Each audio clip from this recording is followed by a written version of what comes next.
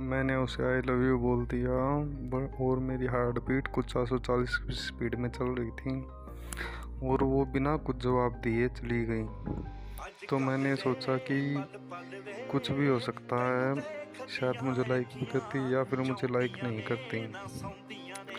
तो फिर मैं भी अपने आप चुपचाप घर पे आ गया और घर का काम करने लगा और मेरा बिल्कुल भी मन नहीं लगा। फर्स्ट टाइम हुआ था ये मेरे साथ कि मैं उसी के बारे में सोच रहा हूँ, क्या कर रही होगी, क्या उसने क्यों जवाब नहीं दिया। तो फिर मैंने एक काम किया कि कल मैं उसे एक फूल दूँ और फिर पूछूं कि तू मुझे लाइक करती है या नहीं करती, जैसे कि बड़े लड़के करते हैं। तो मैं कल सुबह होते ही अपने आप स्कूल की ओर रवाना हो गया और मैंने देखा वो आ रही है या नहीं आ रही। प्रार्थना में वो लड़की थी। तो मैंने सोचा आज तो इसे पक्का पूछूंगा कि क्या तू मुझे लाइक करती है या नहीं करती। मैंने उसे रिसर्च में पूछा फूल देकर कि क्या तू मुझे लाइक करती है। उसने बस एक ही जवाब दिया कि मैं तुझे पसंद करती हूँ बट हम बच्चे हैं और ऐसे ही कोई बात नहीं है। क्योंकि वो लड़की बहुत ही ज़्यादा समझदार थी और इंडिपेंडेंट फैमिली से बिलोंग करती थी।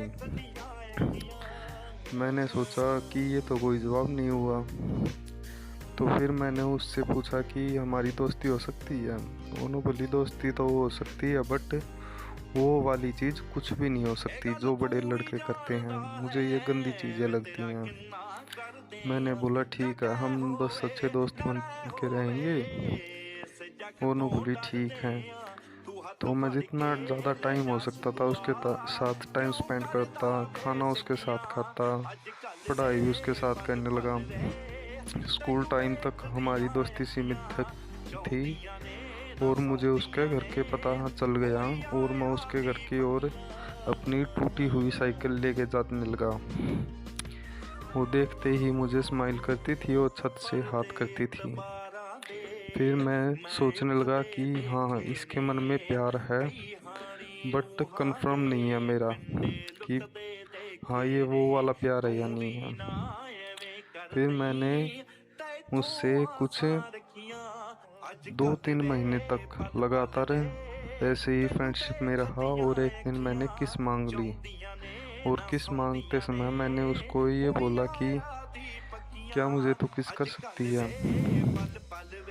उसने मुझे एक ऐसा अनुभव किया कि वो अनुभव मैं आज तक नहीं भूल पाया। उसने मुझे बिन पूछे थप्पड़ मार दिया ऐसे बोलते ही और फिर वापस आई। अगला पार्ट देखने के लिए लाइक शेयर कमेंट और सब्सक्राइब करें प्लीज़।